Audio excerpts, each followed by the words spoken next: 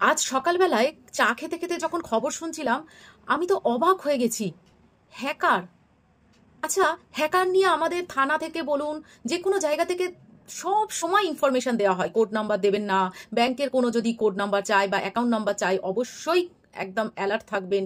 এইসব নানা রকম নানাবিধ ইনফরমেশন দেওয়া হয়। খুব ভালো কথা। কিন্তু এই রকম অবাক হয়ে গেলাম খবরটা শুনে। তোমরাও শোনো।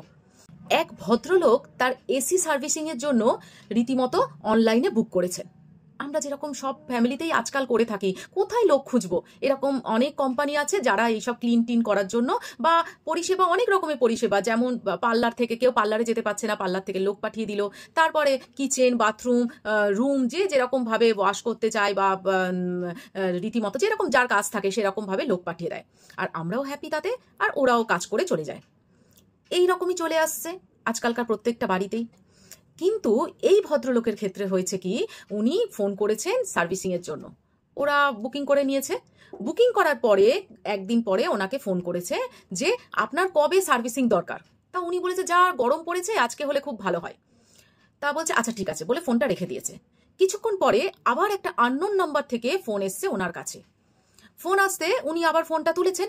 তুলে বলছে যে আচ্ছা আমি তো অন দি ওয়ে, তাহলে আপনি এক কাজ করুন, লাইভ লোকেশন আপনি পাঠিয়ে দিন। আমাদের বাড়ি চিনে আসবে, তার জন্য আমরা যেরকম অনলাইনে শপিং করি বা করি, কখনো মুখে বলে দিচ্ছি, আবার কখনো লাইভ লোকেশন পাঠিয়ে দিচ্ছি। এটাই স্বাভাবিক। উনিও পাঠিয়ে দিয়ে যথারীতি মোবাইল রেখে দিয়েছে। 1 ঘন্টা পরে যখন আসছে না, তখন বলছে দেখি তো একবার কিছু মেসেজ ফেসেজ পাঠালো কিনা। বলে ফোনটা যখন নিয়েছে তখন ওনার মাথায় হাত।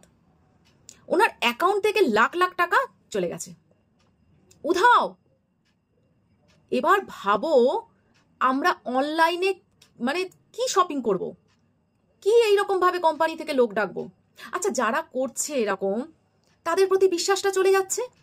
কিন্তু যারা এই কোম্পানিতে যুক্ত, যে সব বাচ্চা বাচ্চা ছেলেরা কোনো কাজ পাচ্ছে না, এরকম কাজ শিখে কাজ করছে নিজের পেটের দায়ে, তাদেরকেও তো মানুষ অবিশ্বাস করতে শুরু করে দেবে এবার।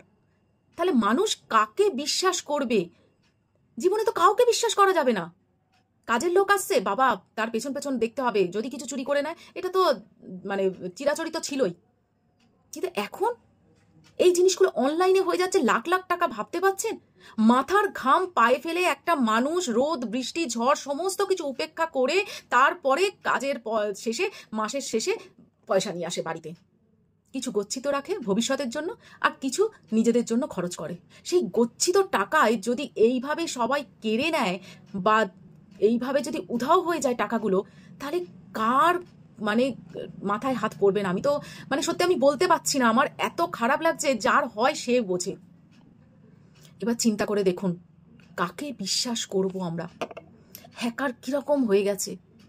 সত্যি সরকার থেকে যদি এইরকম ব্যবস্থা না নেয়, তাহলে আমরা অনলাইন ব্যাপারটাকেই হয়তো আর কিছু কোনো কাজে ইউজ করতে পারবো না, তাই না? বলবেন কমেন্টে, হ্যাঁ, আমি ঠিক বললাম কিনা।